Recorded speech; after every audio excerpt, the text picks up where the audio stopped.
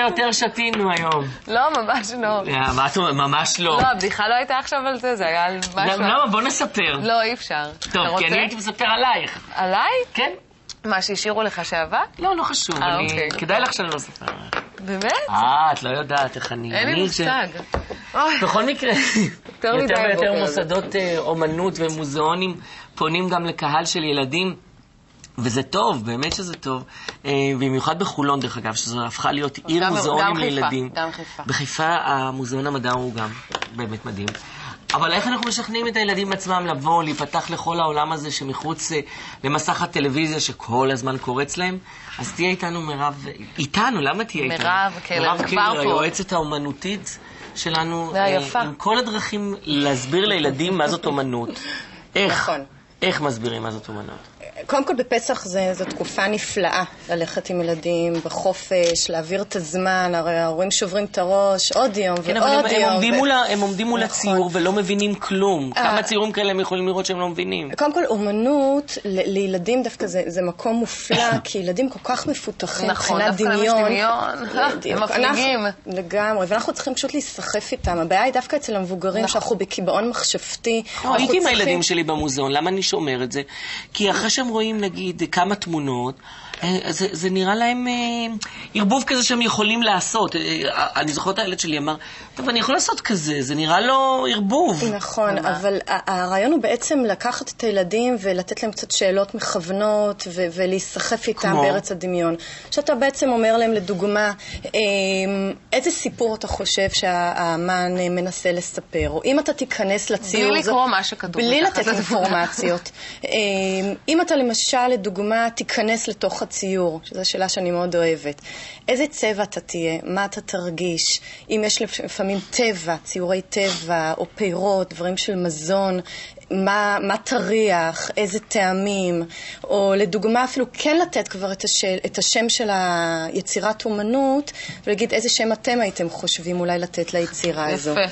המון שאלות אפשר, זה אין סוף. אז בואי תמליצי לנו לאן אנחנו לוקחים את הילדים, לאיזה מוזיאון? בפסח, קודם כל צריך להדגיש שהפסח, כמו כל שנה, מרבית המוזיאונים הם חינם, הם פתוחים לקהל. וטוב שכך. בדיוק, ורק ללכת ולבלוע אומנות. לאן? עכשיו, יש לדוגמה את נמל תל אביב, בואו נתחיל נמל תל אביב. אוקיי. הנה הצהובים בנמל תל אביב. יש כ100 דמויות כאלה של בעלי חיים, גופים שהם עשויים מפלסטיק ממוחזר, ומוצבים בכל נמל תל אביב. יפה. זה שייך לקבוצה, מי שעומד מאחורי זה קבוצת אמנים מאירופה, שקוראים להם Cracking Art, שהם בעצם מדברים על נושא של מחזור, אקולוגיה, השמירה על הסביבה, וזו הזדמנות נפלאה גם לדבר עם ילדים על הנושא הזה. הולכים איתם לנמל תל אביב. אני מקווה שמדברים איתם גם בלי קשר למוזיאונים. נכון. אני חושב שהיום גם בגנים וגם בבתי ספר, כן, היום זה נושא. יש מודעות יותר גדולה לסביבה הירוקה. חשוב. וזו הזדמנות נפלאה גם ללכת, גם לדבר על אומנות, גם לדבר על נושא של איכות סביבה. הם יכולים לגעת בדברים האלה, ראינו ילדים יושבים על אנחנו חייבים להמשיך. זה ראינו בתל אביב, מה? לפעילות הבאה. הפעילות הבאה זה מוזיאון אשדוד. אפרופו יין, ראיתי שאתה חגגת פה על היין. לא, את לא ראית טוב.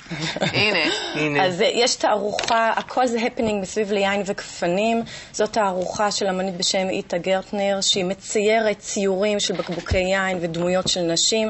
זה מיצב... איפה זה באשדוד?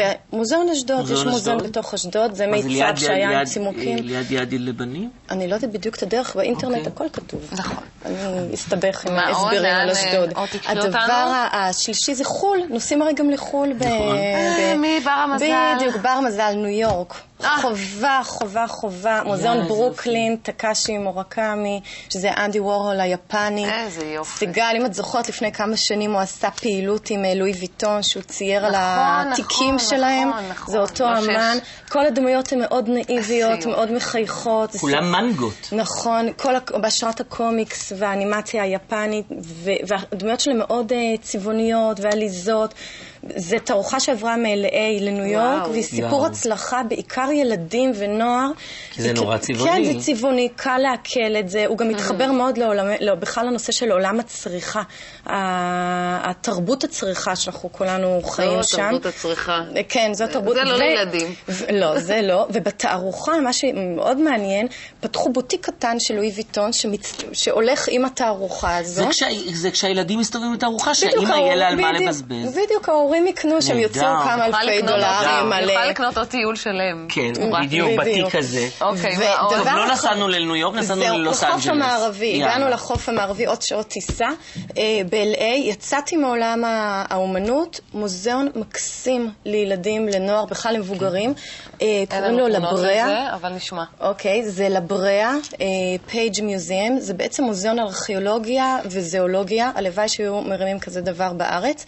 שהילדים, מה שיפה שם, שהמעבדה היא במרכז של המוזיאון. אז הם יכולים להתנסות. הם יכולים להתנסות. הם נכנסים, מנקים, בונים, והם כמו ארכיאולוגים קטנים, וזה נפלא. תסבירי לי מה זה, לפני שאנחנו מסיימים איתך בקצר. לא יודעת אם יש לנו זמן, צורכים באוזן. כן? בוא נגיד, יש לנו? אולי ניקח לו דקות. אולי ניקח לו כמה דקות. מה זה יועצת אומנותית שתסבירי לי איך הגעת לתואר הנהדר הזה? Next time. עדיין באומנות לא פחות קונספטואלית, מוזיקה והרבה ממנה, יקי אפשטיין, עם כל הדיסקים שלך.